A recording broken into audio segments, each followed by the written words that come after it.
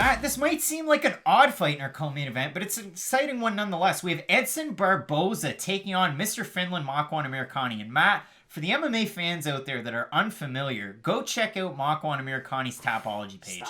There are a few people with better pictures over there. After the playlist is done, after this video is done, go check it out. But Makwan Amirkhani getting the short notice call-up in place of Sadiq Youssef at 45, getting an opportunity to take on one of the legends of striking in MMA, in Edson Barboza. And listen, Matt, some people have wonderful highlight reels. Edson Barboza is one of them. And unfortunately, Terry Edom is on that highlight reel for not just Barboza, but for lightweight, but for UFC, but for MMA in general. It's going to happen over and over and over again. And Edom's going to wake up like a bad dream every morning going, I remember that time he flattened me out like a board with that crazy spinning wheel kick. Now, in this fight, Makwan Amirkhani, he can out-jiu-jitsu the jiu-jitsu guys. We've seen it. He has a win over Jason Knight. Not a bad grappler. I mean, BKFC's own. You might think, hey, he's probably not good at it. But no, he really is. Just believe me. And he has a submission win over Chris Fishgold. And Chris Fishgold, very, very accomplished grappler. Now, has Fishgold translated from Cage Warriors champion to UFC hopeful? Well, he has, technically, but he hasn't looked as good in the UFC. But for Amirkhani, some big wins there. In his last fight, he picked up a really big submission win over Danny Henry, Scotland's own. So it just seems like he has a penchant for beating fighters out of the UK. In this one, though, I mean, Makwan Amirkhani, you're taking in such a tough out in Edson Barboza. And while Barboza in his last 6 fights is just 1-5, Matt, shall we ring off the losses? Okay, so if you do look at Edson Barboza's record, it's a little bit deceiving because when you really analyze it, okay, so he lost to Khabib Nurmagomedov. And let's break down that fight really quick. Khabib beats the brakes off Edson. But here's the good thing if you do like Edson. In the 3rd round, he was still throwing flying knees and still trying to win that fight. And he actually kind of got better as the fight went on. It was weird. But Khabib beats him up. Bad stylistic matchup. Kevin Lee, again, just one of the better wrestlers you're ever going to come across in MMA. That was the first loss where I was like, okay, Edson probably should beat Kevin Lee. But everyone's going to remember, and I believe the 3rd round of that fight, he hits him with that spinning back kick and basically puts him on baby deer legs. But Kevin Lee, of course, able to get the knockout. The Dan Hooker fight was hard to watch. And I think extremely highly of Dan Hooker. I mean, look, he had that really close fight with Dustin Poirier in his last one, but Edson Barboza, one of the least competitive fights between, like, elite talent, I would say. And nothing against Dan Hooker. It's just Edson Barboza beat up his leg, his body, his head. There was really nothing. Dan Hooker didn't have an answer for the speed of Edson Barboza. And if you're dealing with a striker of Dan Hooker's caliber and he has trouble with a guy like Edson Barboza, I'm not going to give away my prediction this early, but just imagine how tough it's going to be on Makwan Amirkhani. And again, and then he loses to Justin Gaethje, no big deal in that, gets knocked out. Now, this is when it gets interesting, his last 2 fights. He loses a split decision to Paul Felder. Now, I had that fight for Paul Felder, but I'm going to be honest. The vast majority of people think Edson Barboza won that fight. And again, it's a loss on his record, but if you go by public opinion, a lot of people thought Edson won, and it was a close fight with a guy like Paul Felder, and people just know how good Paul Felder is. And then his last fight against Dan Ige.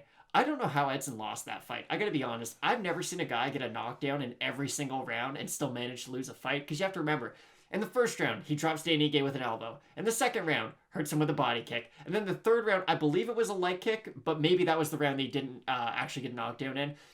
You can't drop a guy twice and lose a 3-round fight, though, when you drop him in 2 different rounds. I don't understand. I thought Edson won that fight. But again, look who he lost to. He lost to Khabib Nurmagomedov, Kevin Lee, Justin Gaethje, Paul Felder. I would say losing to those guys, there's no shame in that whatsoever. And then you move down in weight, your first fight at a new weight class, and again, I think you beat Dan Ige, but you lose a split decision to Dan Ige. There's no shame in any of that. And yes, something that we were talking about before we started filming, that's a lot of damage to take. You can't fight guys like that, throughout your whole career. And I think we saw it with, like, Tony Ferguson's a good example. You can't fight guys in the top 10 forever and just expect it to not take a toll on your body. And I think now we're starting to see that. With Edson, though, and this is something that Craig and I talk about a lot, Edson Barboza is not supposed to lose to a guy like Makwan Amirkhani. And I don't mean that as in any disrespect towards Amirkhani, but think about Edson Barboza and the caliber of guys he's beat. He's beat Anthony Pettis. He's beat Beneil Dariush. He's beat Dan Hooker. He's beat so many world-class guys that I don't see Makwan Amirkhani being able to go in there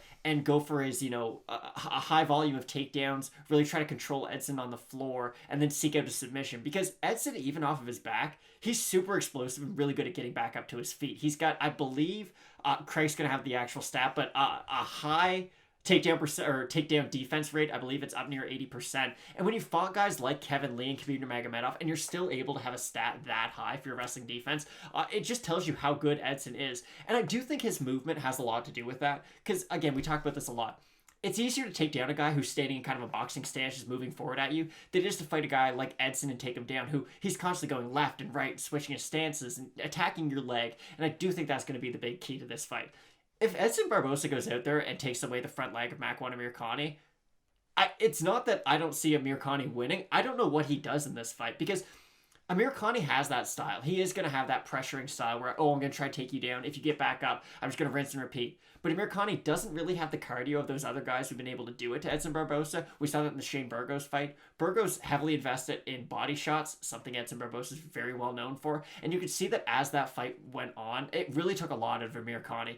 And I think Edson Barboza can do most of the things that Shane Burgos can. Maybe not as much with the hands, but we do know how good Barboza's boxing is. And then you just add in all those kicks. I think it's going to be a long night for Makwan Amirkhani. It's really interesting because I was really looking forward to the fight with Sadiq Youssef. You've got two primary strikers. You've got power versus volume. Now, normally we say volume will always win out, or just about always, but I think Youssef would have made that a hell of a fight. Power versus power, though. I think it would have been a great fight either way. But the fight against Makwan Amirkhani, it's all right, I guess, in terms of matchmaking, but it's just a weird one.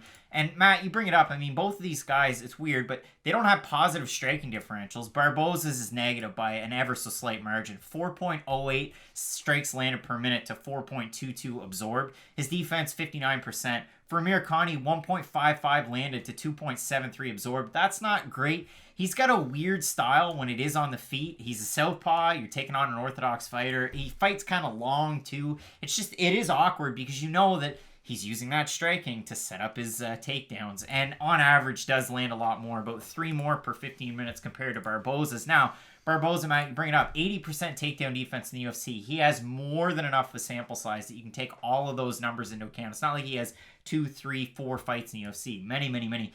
And in terms of Amirkhani, he's going to be fishing for the submission, trying to take it down. Dan Ige had some success with that. Dan Ige is a good wrestler. Makwan Amirkhani's more of, I need to get you down any way that I can.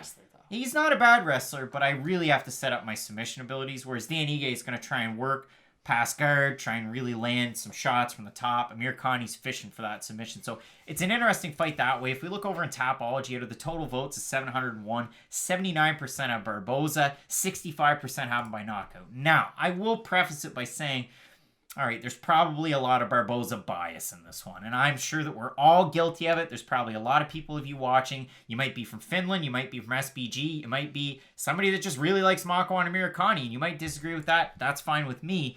If we look over at the odds, they're overwhelmingly in the favor of Barboza. He opened a minus 180 favorite. That line dropped quick. It pounced back up. Now, Barboza minus 255 favorite. For Makwan Amirkhani, opened as a plus 155. Now a plus 205.